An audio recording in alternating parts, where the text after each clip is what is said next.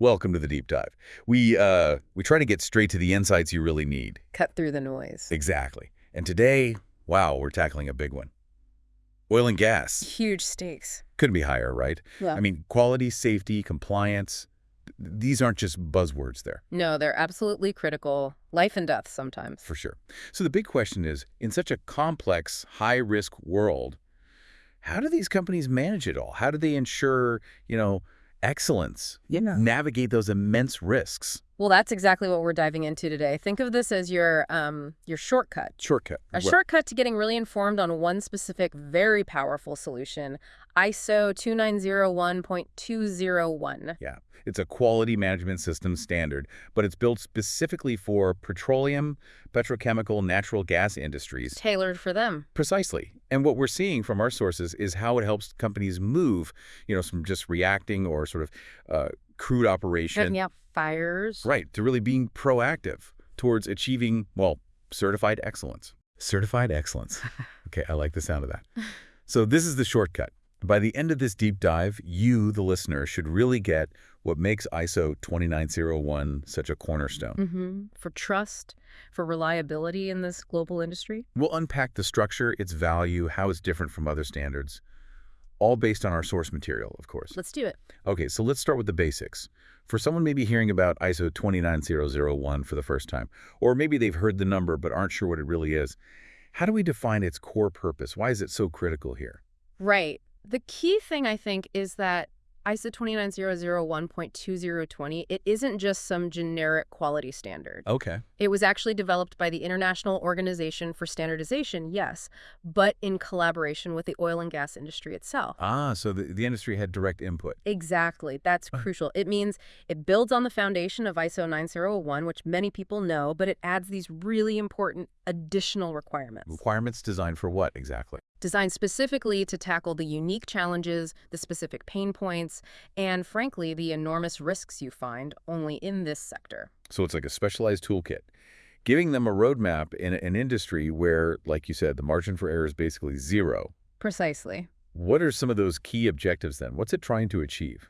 Well, the sources really highlight a few core things. First, defect prevention. And, we're not talking minor defects here. Oh. A tiny flaw, say a microfracture in a subsea valve, something a generic check might miss entirely. That could lead to a catastrophic failure. We're talking millions, maybe hundreds of millions in losses, plus huge environmental damage. Right, the consequences are massive. Immense. So ISO 29001 has much stricter conformity and traceability requirements to catch that kind of high-stakes issue. It's also laser-focused on minimizing variation and waste. Which is efficiency, but also more than that in oil and gas.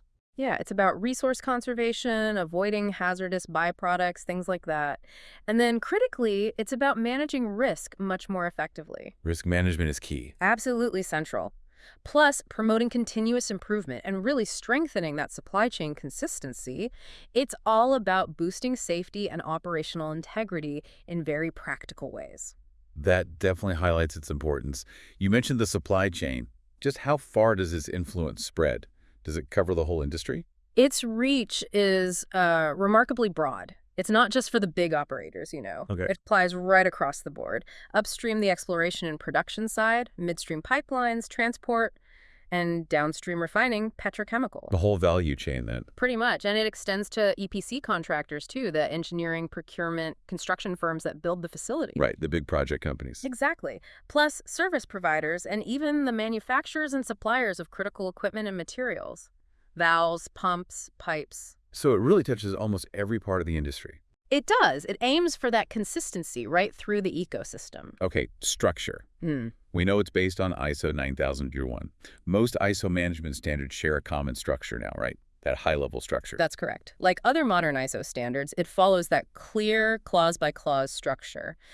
Scope, normative references, terms, context of the organization, leadership, planning, support, operation, performance evaluation, improvement. The standard framework. Yes.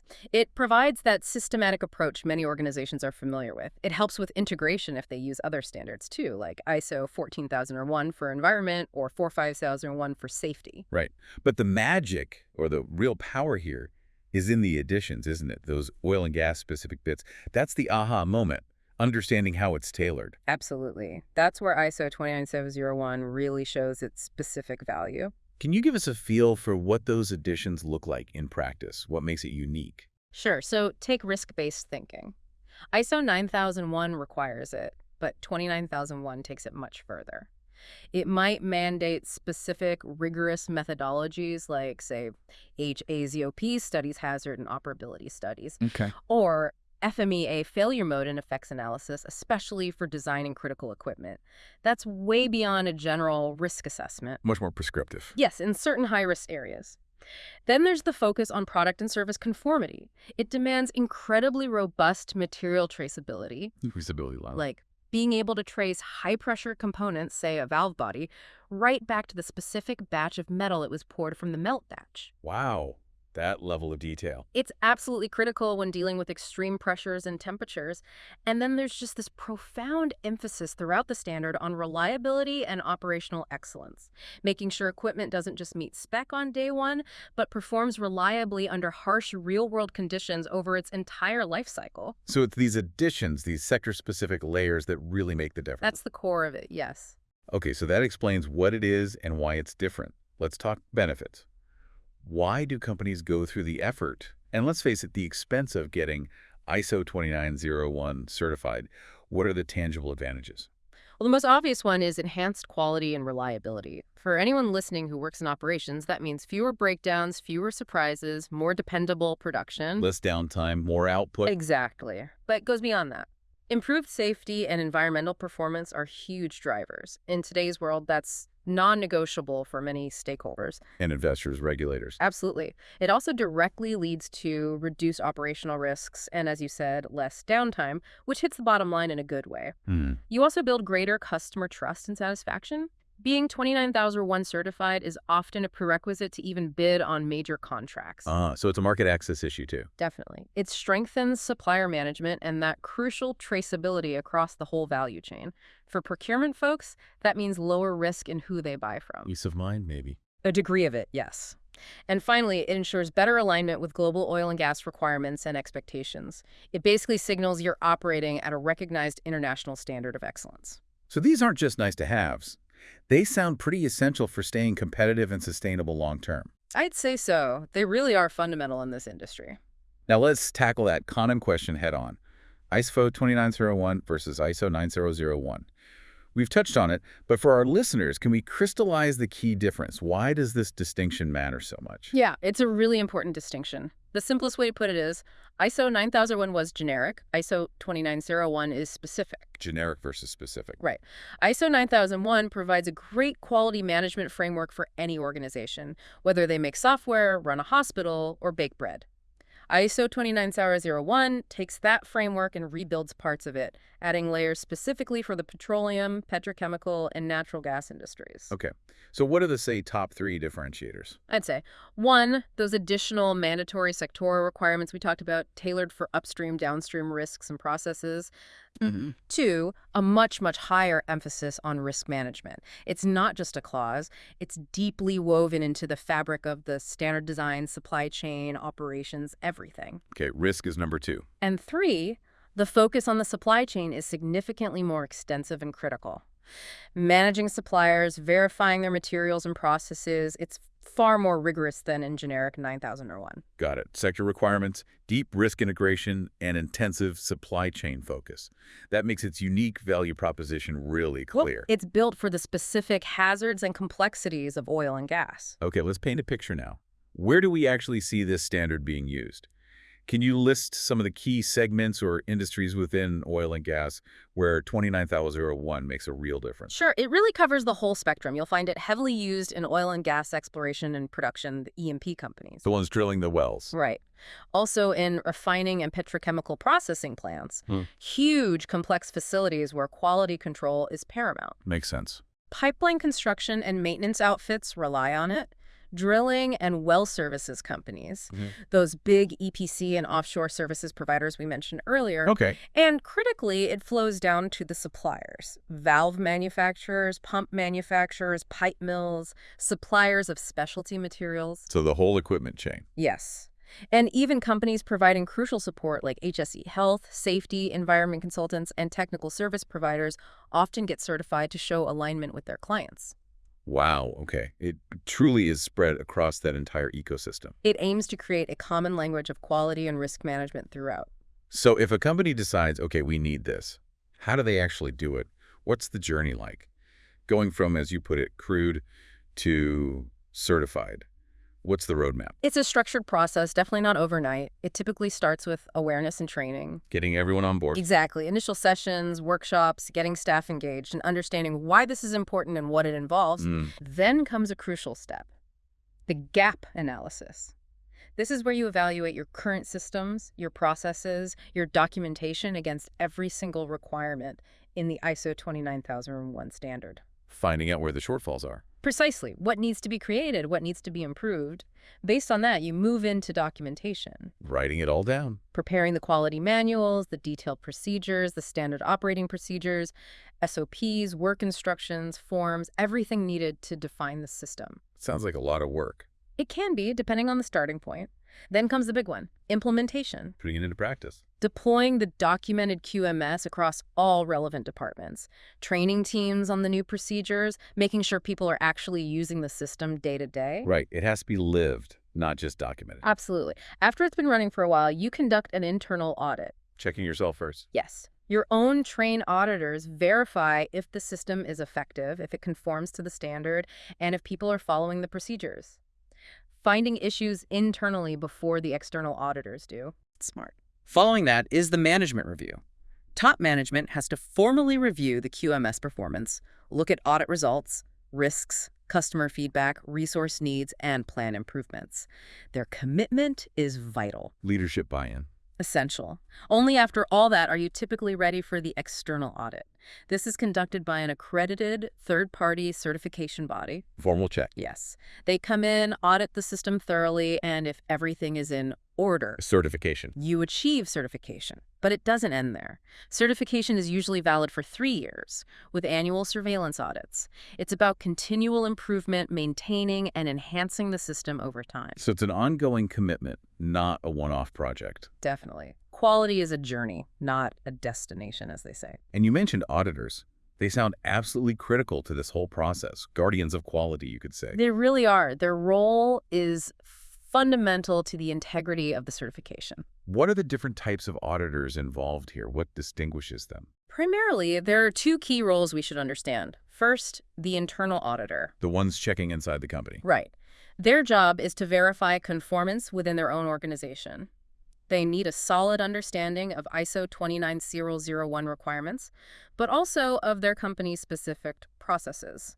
They conduct those internal audits we just discussed, report findings, nonconformities, and follow up on corrective actions. Okay, so they're focused internally. Yes. Then you have the lead auditor. This is often a more senior role, requiring more extensive training and qualification. What makes them lead? They can lead audit teams, often for larger or more complex audits, both internally and sometimes for auditing suppliers. Crucially, they're usually the ones qualified to manage the audit process during the external certification audit by the certification body. So they interface with the external auditors. Often, yes. They need deep expertise not just in the standard, but in auditing principles and practices. Many are trained and certified by internationally recognized bodies like IRCA or Exemplar Global. They oversee the audit plan, ensure objectives are met, manage the audit team, and report the final conclusions. Got it. Internal auditors for self-checks, lead auditors for overseeing, and often external-facing roles. That's a good summary, yes. Both are crucial for a robust system. Okay, this is all great theory, but let's make it really concrete. Can we do a quick sort of real audit simulation just to bring it alive for our listeners? Sure, let's try. Imagine a fictional company, let's call them, Deep Petro Services, LLC. They're based in Abu Dhabi, UAE. And their business, their scope, is the supply and maintenance of oil field equipment. What might an ISO 29001 audit actually uncover there? Okay, Deep Petro Services. An audit team goes in. Based on typical findings our sources might suggest, they'd likely find some positives. Good things first. Right. They might observe, for example, really clear, well-defined procurement procedures for buying critical third-party items like valves or specialized tools that shows good control over sourced items. Okay, strong procurement. What else? Maybe they'd find excellent, well-documented training records for the site engineers who go out and do the maintenance. That shows a commitment to competence for fieldwork. Good signs. But audits usually find things to improve, right? Yeah. What about nonconformities? Almost always. So for deep petro, a nonconformity might be finding that there's no documented risk assessment for a critical outsourced process, say heat treatment applied to metal components. Ooh, that sounds like a gap. Why is that bad? Because heat treatment affects material properties, strength, durability. If it's not properly controlled and assessed for risks, you could end up with equipment failing under pressure. It's a significant oversight in this industry. Got it. What's another possible nonconformity? Maybe incomplete supplier performance records for the last quarter. They're supposed to be monitoring how well their key suppliers are doing on-time delivery, quality escapes, etc. If those records are missing or patchy. You don't really know if your suppliers are reliable. A red flag for supply chain folks? Exactly. It undermines that supply chain control we talked about. Okay, so nonconformities are things that must be fixed. What about opportunities for improvement? OFIs. Right. OFIs aren't nonconformities, but suggestions for getting better. Auditors might suggest DPetro could implement digital dashboards for tracking their key performance indicators, KPIs. Making performance more visible. Yeah, real-time visibility instead of just monthly reports. Or maybe they'd suggest enhancing the root cause analysis techniques used when investigating nonconformances. Digging deeper to prevent recurrence. Precisely. Moving beyond just fixing the immediate problem to understanding why it happened and preventing it systemically. That simulation really helps. It shows the audit isn't just about finding fault. It's this rigorous process that reveals both strengths and, crucially, those hidden weaknesses or gaps that need attention. And in oil and gas, addressing those gaps is absolutely critical given the potential consequences. Absolutely. So as we wrap up this deep dive, what's the main message you want our listeners to take away about ISO 29001? I think the core message is this. ISO 29001 is really so much more than just getting a certificate to hang on the wall. It's not just compliance. No. In an industry where, as we said, one single defect, one oversight, can lead to catastrophic financial loss, environmental disaster, or worse, this standard represents a really profound commitment. A commitment to one. To excellence, to safety, to reliability. It's fundamentally about changing the mindset and the culture, evolving from being reactive, just dealing with problems as they arise, to becoming truly proactive, quality-driven, risk-aware in everything the organization does. The very core of how the company operates. And thinking about the broader picture, we want to challenge you, our listener, to consider the implications here. This journey we've talked about, from, let's say, crude operations to certified excellence. A journey starting with awareness. Right, starting with awareness, going through implementation, audits, and culminating in this globally recognized certification. It's not just about ticking boxes for compliance, is it? Not at all. It seems it's about building something much more fundamental. Trust. Trust within the organization, trust from customers, trust from regulators, trust across that entire complex oil and gas supply chain. Trust is absolutely foundational in this sector, and the standard is a key mechanism for building and demonstrating it. So let's leave you with a final thought to mull over, something based on everything we've discussed today. Consider this. What might be the ultimate cost thinking beyond just the financial impact for an organization operating in the oil and gas sector today that chooses not to embrace a rigorous industry-specific quality management system like ISO 29001? What are the potential consequences if they decide, nah, we don't need that level of rigor? How might that choice truly impact safety performance? What about environmental stewardship? And what about the confidence or lack thereof that the global market, regulators, and the public might have in their operations? Something to really think about.